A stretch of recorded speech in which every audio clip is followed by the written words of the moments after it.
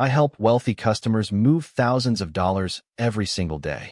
I smile, answer their questions, and pretend I know exactly how they feel.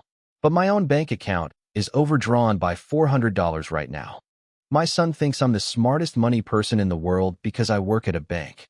He doesn't know I can't afford to buy him the toy car he wants for his birthday. I'll pretend I forgot and get it later. My wife is a teacher, and together we still can't make ends meet. She handles all the bills because I'm too ashamed to look at them. Every month we fall further behind, and I pretend not to notice.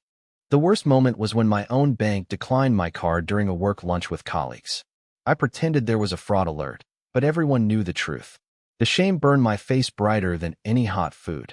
I give financial advice to customers every day about saving and investing. Meanwhile, I have no savings, no investments, and 3 maxed-out credit cards. I'm the world's biggest financial hypocrite. My son drew a picture of me at work helping people with money. He wrote my dad is a money hero on the bottom.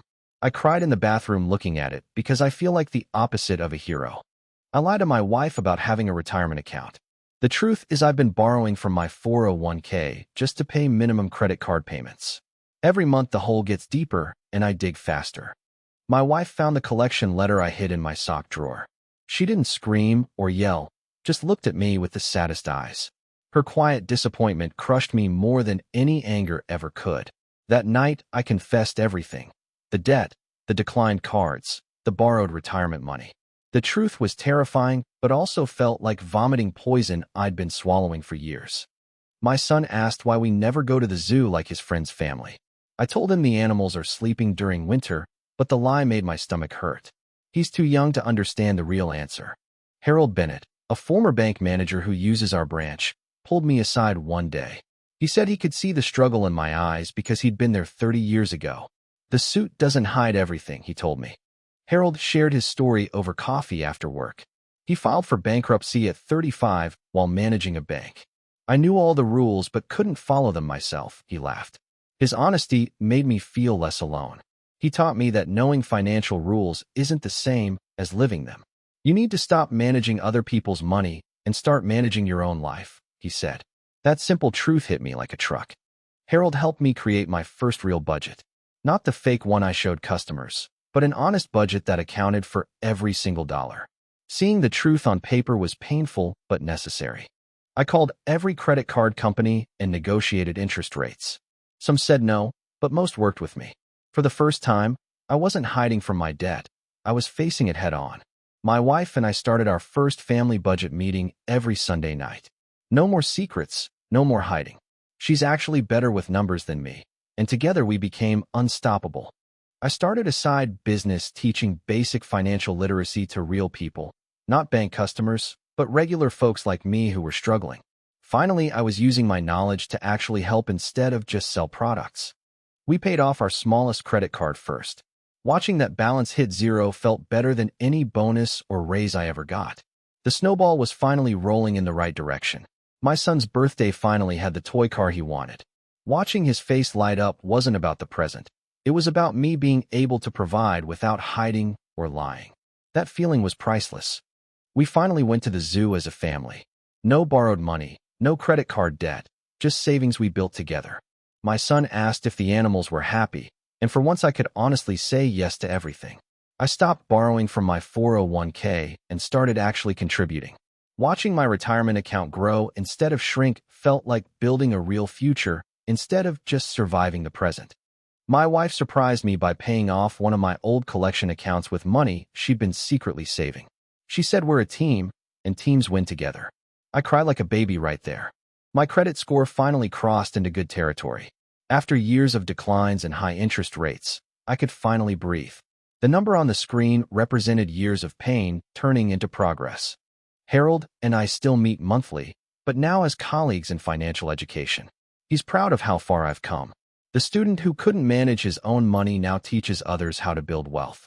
I finally told my colleagues the truth about my past struggles. Instead of judgment, they shared their own stories. Turns out half the bankers I work with have been secretly struggling too. We paid off the last credit card. All of them, every single one. The debt that had controlled my life for years was finally gone. I called my wife from work just to hear her scream with joy. My son asked me what I do at work now. I told him I help people with money, but I also teach them not to make the same mistakes I did. He said, "So you're a real hero now, Dad." We started a college fund for our son. Making that first deposit felt like breaking a generational curse. He'll never have to hide collection letters or cry over declined cards. I helped my first client completely eliminate their credit card debt. Watching someone else experience debt freedom felt almost as good as achieving it myself. The cycle of shame was finally being broken. My wife and I had our first real date night in 3 years. No checking bank balances, no worrying about declined cards. Just dinner, conversation, and remembering why we fell in love. I still work at the bank, but now I see customers differently. I recognize the ones hiding their struggle because I was them. A little compassion goes further than any financial product. My son's school had career day. He asked me to come speak about being a banker. For the first time, I could talk about my job without feeling like a fraud. I told them the honest version. We bought our first house. Not a dream home, but our home.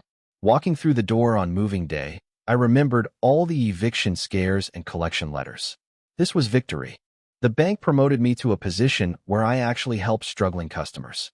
I created a financial recovery program based on everything I learned. Now my pain has a real purpose. The banker who once cried over declined cards now teaches other bankers how to avoid his mistakes. Harold says I've become the mentor he always hoped I'd be. That means more than any salary. My card got declined at dinner last week. But this time it was a mistake, not a crisis. My wife laughed, I laughed, and we used a different card. That's the difference between then and now. The banker who couldn't manage his own money now has savings, investments, and a growing business. Every day, I help people avoid the trap I fell into. The struggle was my greatest teacher. Now when I help customers with their money, I'm not pretending anymore. The banker who was secretly broke finally has his own finances in order. Real help comes from real experience.